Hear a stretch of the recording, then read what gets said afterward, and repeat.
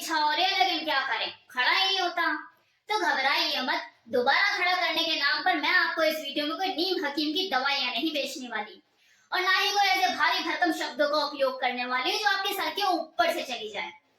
लेकिन इस बात की गारंटी है कि जब आप इस वीडियो को पूरा देख लेंगे तो आपको इस बात का पता लग जाएगा कि हाँ, क्या आपका लो ना आपका घोड़ा ना केवल सर उठाकर दौड़ने के लिए तैयार भी हो जाता है बल्कि आपकी फीमेल पार्टनर को तारों के शहर की सैर भी करा देता है।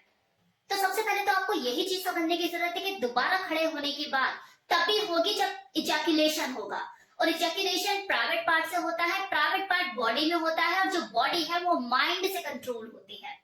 तो अगर आपके दिलो दिमाग में सेक्स करने की इच्छा हो रही है तभी आप तन का इस्तेमाल करना शुरू करोगे और बॉडी में इरेक्शन पैदा होगा, अपने आप से कुछ नहीं होता है। लेकिन अगर आपके दिमाग में ये बात घर कर गई है कि 40 के बाद तो दूसरी बार इरेक्शन हो ही नहीं पाता, बस पहली बारी हो गई शांति मिल जाती है, ठंडा हो जाता है इंसान, दूसरी बार नहीं उठ पाता।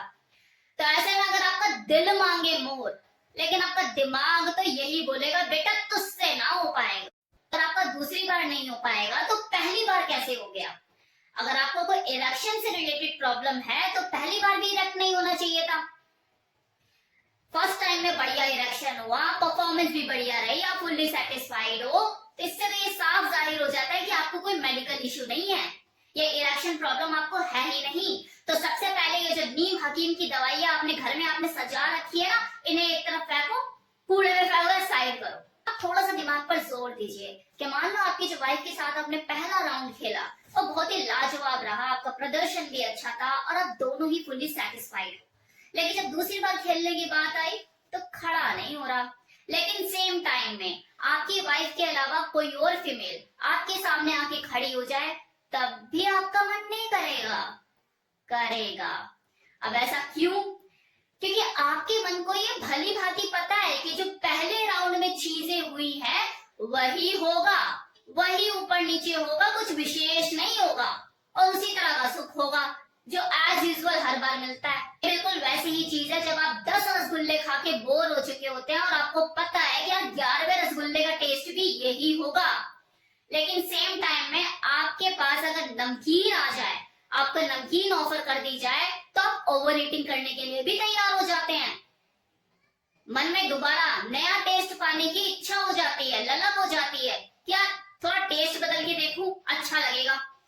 अगर कि कुछ लोग बोलते हैं कि 20-30 की उम्र में तो बार बार खड़ा हो जाया करता था, तो उस वक्त एक हवस होती है, दो बॉडी जब एक दूसरे के साथ इंटीमेट हो रही होती है, चीजों को एक्सप्लोर कर रही होती है, नई नई चीजों के एक्सपेरिमेंट होते हैं, मजा आ रहा होता है दोनों को। तो आफ्टर 5 ईयर दोनों को एक दूसरे के अंदर एक्सप्लोर करने लायक कुछ बचता ही नहीं है, पूरी बॉडी नाप चुके होते हैं वो। अब तीसरी चीज, जो लोग ये बोलते हैं कि यार शराब पीने से, सिगरेट पीने से भी दिक्कत आती है, सेकंड टाइम में खड़ा नहीं हो पाता, तो अगर शराब और सिगरेट इतनी हानिकारक है तो वो पहली बार में कैसे खड़ा होने दे रही है। शराब और सिगरेट हानिकारक है, लेकिन ये तभी हानिकारक है जब आप इसकी अति कर देते हैं, क्योंकि अगर आप अति कर दोगे तो वो पहली बार में भी खड़ा नहीं होने देगी। लेकिन अगर आप ड्रिंक करते हैं, इसके बावजूद भी आपका पहली बार खड़ा होता है तो आपका दूसरी बार भी खड़ा होगा, तीसरी बार भी खड़ा होगा, चौथी बार भी खड़ा होगा। अब बात करते हैं सॉल्यूशन पे। तो सॉल्यूशन ये नहीं कि आप शराब जो है उसे पूरी तरह से त्याग दो, छोड़ दो, और ना ही सॉल्यूशन ये है कि 40 साल के हो गए अब तो खड़ा होगा ही नहीं तो मन को मार लो।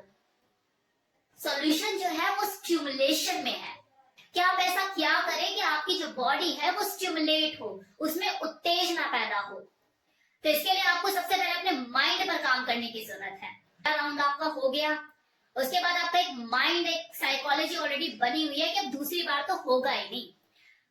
तो ये धारणा जब है कि दूसरी बार होगा ही नहीं तो आप जितना मर्जी सहला लो, वो खड़ा होगा ही नहीं। ये जो माइंड और कंप्यूटर है ना, दोनों का सिस्टम एक ही है। जब कंप्यूटर आपका हैंग हो जाता है तो आप क्या करते हैं, उसे शट डाउन करते हैं ना, तो सेम चीज आपको अपने माइंड के साथ करनी है, उसे शट डाउन करना, उसको धोखा देना है। तो जैसे आप अपना पहला राउंड खेलें, इसके बाद आप दोनों को चाहिए आप अलग अलग हो जाएं, बिल्कुल फ्रेश हो जाएं, कपड़े चेंज कर लें, हाथ मुंह धोएं, प्राइवेट पार्ट को क्लीन कर लें और एक दूसरे से दूरी बना लें 10-15 मिनट के लिए। अब जब सेकंड राउंड का टाइम आता है तो सहयोग जो है वो दोनों तरफ से होना जरूरी है। हस्बैंड की तरफ से भी, वाइफ की तरफ से भी, क्योंकि ये जो प्रॉब्लम है ये मेडिकल नहीं है, साइकोलॉजिकल इशू है। तो ये तभी पॉसिबल हो पाएगा जब दोनों एक दूसरे को सहयोग करेंगे। और ये जो सेकंड राउंड है, यहाँ पे जो खेल शुरू होगा वो ज्ञानेंद्रियों का होगा, फैंटेसी का होगा, नएपन का होगा। शरीर में उत्तेजना पैदा करने के लिए आपको उन फैंटेसी के ऊपर बात करनी पड़ेगी, उन विषयों के ऊपर बात करनी पड़ेगी जो इतने सालों से आपके मन के अंदर दबे हुए हैं, जो आप एक दूसरे को सुनाना चाहते हैं। आपके कान तरस गए हैं, वो शर्मो हया, वो झिझक आपको छोड़नी पड़ेगी, गंदी बातों का सिलसिला शुरू करना पड़ेगा। अब दूसरी ज्ञानेंद्रिय आपकी आंखें। आपको अपनी आंखों को अब वो खुला खुला नहीं दिखाना है, वो तो आपने पहले राउंड में खेल लिया। अब थोड़ा सा कपड़ों से खुद को ढको, आधी अधूरी चीजें ही दिखाओ ताकि एक्साइटमेंट पैदा हो। शुरू में आपको बिल्कुल नाटक जैसा लगेगा, लेकिन धीरे धीरे आपका जो माइंड है वो प्रिपेयर होता चला जाएगा। माइंड की एक्सेप्टेबिलिटी में थोड़ा टाइम लगता है ना। सेम इसी तरह से आप अपनी सेक्स लाइफ में रोल प्ले का तड़का भी ऐड कर सकते हैं। बोलिए अपनी वाइफ को खुल के कि अभी तक तो मैंने अपनी बीवी के साथ किया ना, अब मैं अपनी गर्लफ्रेंड के साथ करने के मूड में हूँ। वॉशरूम जाइए और जैसे आप बाहर आएंगे आपकी जो बीवी है वो सेकंड राउंड के लिए एकदम आपकी गर्लफ्रेंड वाले अवतार में तैयार। सेम इसी तरह से कभी आप कीजिए, अपनी बीवी का दिल खुश कीजिए, उसकी इमेजिनेशन में जिस फिल्मी एक्टर की इमेजिनेशन चलती है, पिक्चर चलती है, वैसा ही बनकर उसके साथ सेक्स करने की कोशिश कीजिए। देखिए कैसे आपका सेकंड राउंड में टन टना के खड़ा हो जाता है। फिर बोल रही हूँ, नीम हकीम खतरा है जान, इन सब चीजों से दूर रहिए। अब एक और टेक्निक जिसे मल्टीपल ऑर्गेज्म भी कहते हैं, इसके बारे में मैं आपको बताना चाहूंगी कि जैसे कुछ लोगों को होता है ना कि यार मेरा खड़ा ही रहे, डिस्चार्ज होने के बाद भी खड़ा ही रहे, सेकंड राउंड के लिए ही रेडी हो जाऊं मैं, बैठे ना, उठाने की जरूरत ही ना पड़े।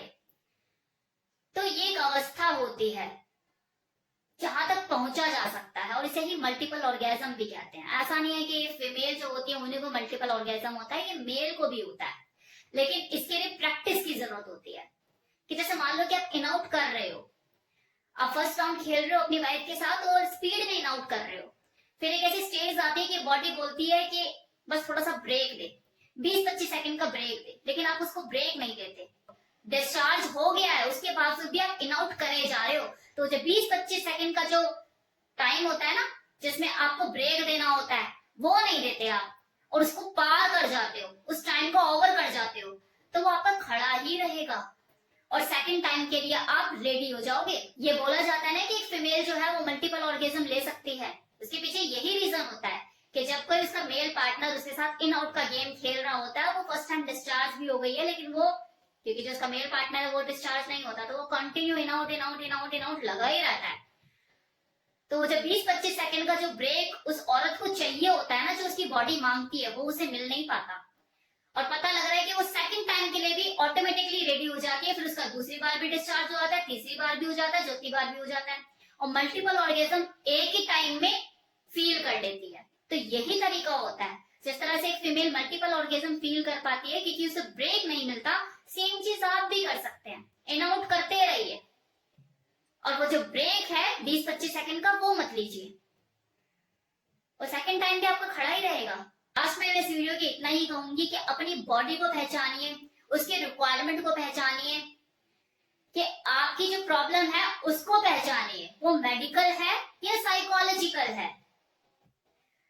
कुछ भी उठाकर किसी ने आपको बता दिया ये प्रोडक्ट बहुत बढ़िया है, नीम हकीम की ये दवाई बहुत बढ़िया है, तो जाके परचेज मत कीजिए।